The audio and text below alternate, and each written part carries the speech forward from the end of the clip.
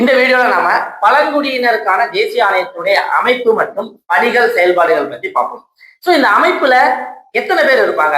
5 பேர் இருப்பாங்க. அந்த 5 பேர் யாரெல்லாம் அப்படின்னா, ஒரு தலைவர், ஒரு துணைத் தலைவர் மற்றும் 3 உறுப்பினர்கள். இந்த 5 பேரையும் நியமனம் செய்யறது யார் அப்படின்னா, குடியரசுத் தலைவர். இவர் தான் அவங்களுடைய சேவை நிலையை முடிவு செய்யறாரு. சரி, ஓகே, இவங்களுடைய அதிகாரங்கள் மற்றும் செயல்பாடுகள் எப்படி இருக்கு அப்படின்னு பாத்துக்கிட்டேன்னா, முதல் விஷயம் என்னன்னா பாதுகாப்பு. என்ன பாதுகாப்பு? அரசியலமைப்பு வழங்கி இருக்கக்கூடிய பாதுகாப்பு மற்றும் மற்ற சட்டங்கள் வழங்கி இருக்கக்கூடிய பாதுகாப்புகள் எவ்வாறு வேலை செய்யுது அப்படிங்கிறத இவங்க என்ன பண்ணுவாங்க அப்படின்னா, என்கொயரி பண்ணி மானிட்டரிங் பண்ணுவாங்க.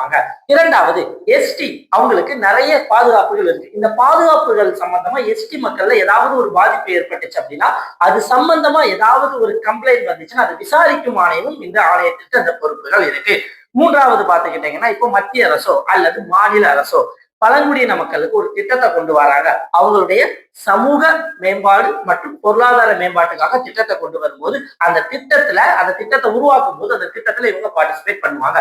மேலும் மத்திய அரசு மாநில அரசு கொண்டு வரக்கூடிய திட்டங்களை செயல்படுத்தும் போது அது எப்படி திறம்பட செயல்படணும் அப்படின்னு சொல்லிட்டு தேவையான பரிந்துரைகளையும் இவங்க வழங்குவாங்க. இது போக குடியரசுத் தலைவர் பழங்குடியின மக்களினுடைய மேம்பாட்டிற்காக ஏதாவது அல்லது அவங்களுடைய பாதுகாப்பிற்காக ஏதாவது திட்டத்தையோ அல்லது ஏதாவது பரிந்துரைகளோ கொடுத்தாங்க அப்படின்னா அது குறித்தும் இவங்க என்ன பண்ணுவாங்க அப்படின்னா ஆய்வு பண்ணுவாங்க.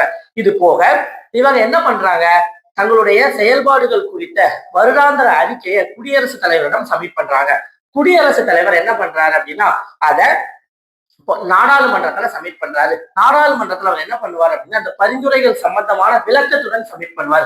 ஒருவேளை பரிந்துரைகள்ல எந்த ஒரு நடவடிக்கையும் எடுக்காத போது என்ன பண்ணுவாங்க அப்படின்னா, அது ஏன் எடுக்கல அப்படின்னு சொல்லிட்டு அது குறித்தும் என்ன பண்றாங்க, நாடாளுமன்றத்துல சப்மிட் பண்றாங்க.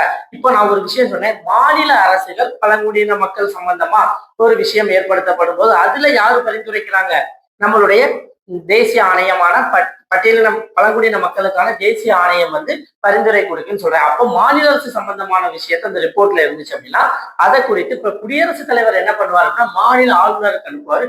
மாநில ஆளுநர் என்ன பண்ணுவார் அப்படின்னா அந்த பரிந்துரை விளக்கத்தோடு அதை மாநில சட்டமன்றத்துல என்ன பண்ணுவாரு, சமர்ப்பிப்பாரு. இதுதான் அதிகார